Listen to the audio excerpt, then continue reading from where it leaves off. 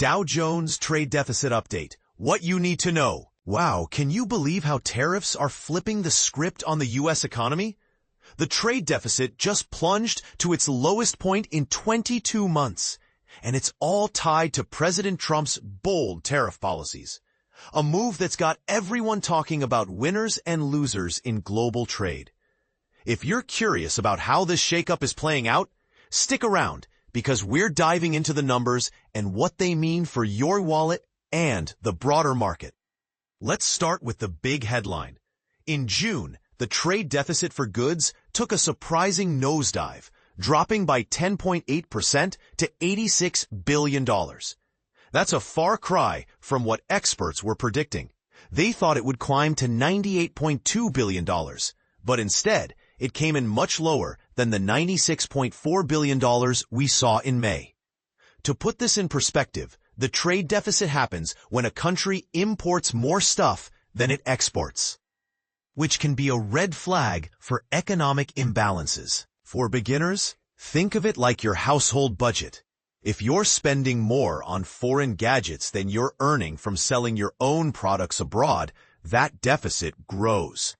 But in this case, tariffs, those extra taxes on imports, are acting like a brake, slowing down how much we're bringing in from other countries. And this is the part most people miss.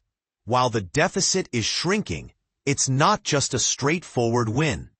Imports slid by $11.5 billion from the previous month, landing at $264.2 billion, which is a 4.2% decrease.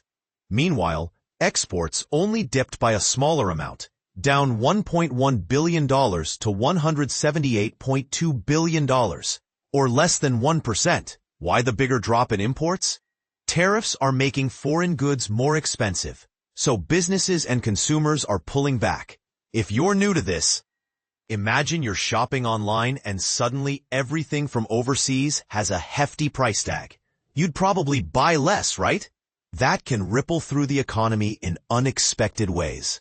Now, let's talk about how all this ties into something bigger, the gross domestic product, or GDP, which measures how well the economy is growing. Economists are forecasting a 0.5% dip in GDP for the first quarter, and it's partly because companies were stocking up on imports before the tariffs kicked in, kind of like panic buying before a storm. That front-loading pushed the deficit up to a whopping $162 billion in March, dragging down GDP in the short term. But hold on, because things might be turning a corner. In the second quarter, growth is expected to bounce back to 2.4% as the deficit eases, which could give GDP a positive nudge.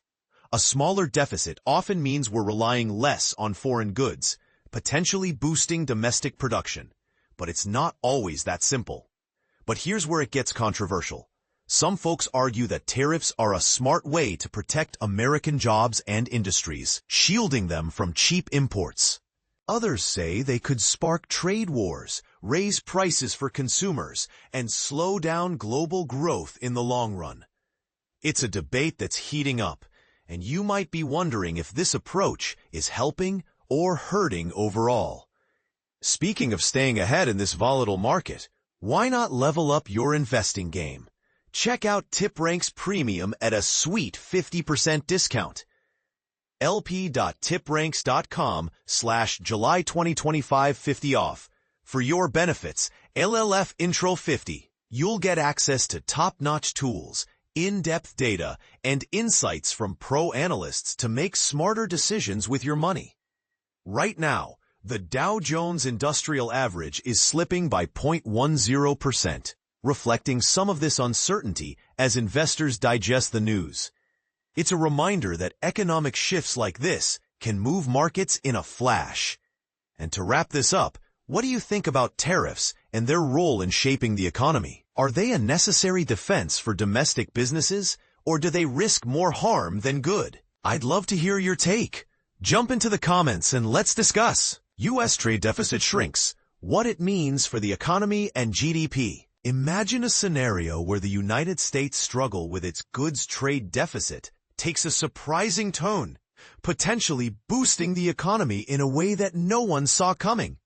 In June, the goods trade deficit shrank by a significant 10.8%, dropping to $86 billion, the lowest level in almost 2 years. This unexpected shift has economists revising their predictions for the second quarter's GDP, suggesting that trade might play a crucial role in the anticipated economic rebound. To break it down further, imports fell by 4.2%, totaling $264.2 billion, which is the lowest since March 2024. This decline was particularly pronounced in consumer goods, which plummeted by 12.4%.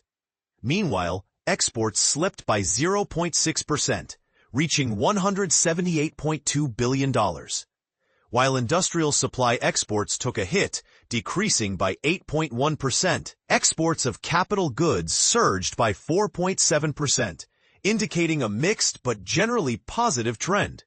This reduction in the trade deficit comes with a nuanced set of implications. On one hand, it suggests a slowdown in domestic demand, possibly due to a cooling labor market. Job openings decreased by 275,000 to 7.437 million, and consumer confidence, while up slightly, reflects a weakening view of employment opportunities. The number of people receiving unemployment benefits remains high, adding to the overall sentiment. But here's where it gets controversial.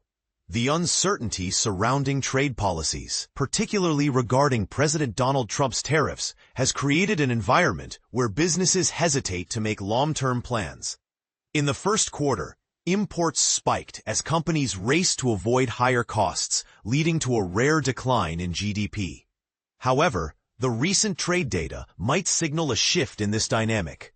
The Trump administration has unveiled several trade agreements that could mitigate some of this uncertainty. Yet, some economists remain cautious, noting that while the headline GDP figures might look strong, the underlying details could be less robust.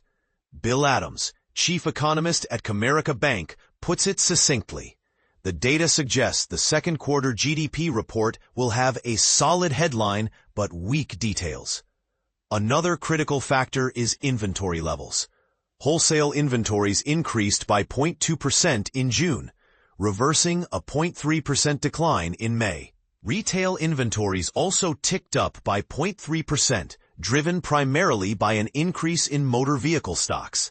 However, excluding motor vehicles, retail inventories remained unchanged, which is a key component in the GDP calculation. The labor market, traditionally a strong indicator of economic health, shows signs of slowing. Job openings and hiring both decreased in June, and the Conference Board reported that consumers perceive jobs as increasingly hard to come by. This perception could dampen consumer spending, a critical driver of economic growth. As we await the official GDP report, which is scheduled for release later this week, the question remains: how much of the anticipated economic bounce will be attributed to trade? And how will this impact future business decisions and consumer behavior? This is the part most people miss: the complex interplay between trade policies, consumer confidence, and labor market dynamics. As we navigate these challenges, it's clear that every piece of economic data holds the potential to reshape our understanding of the economy.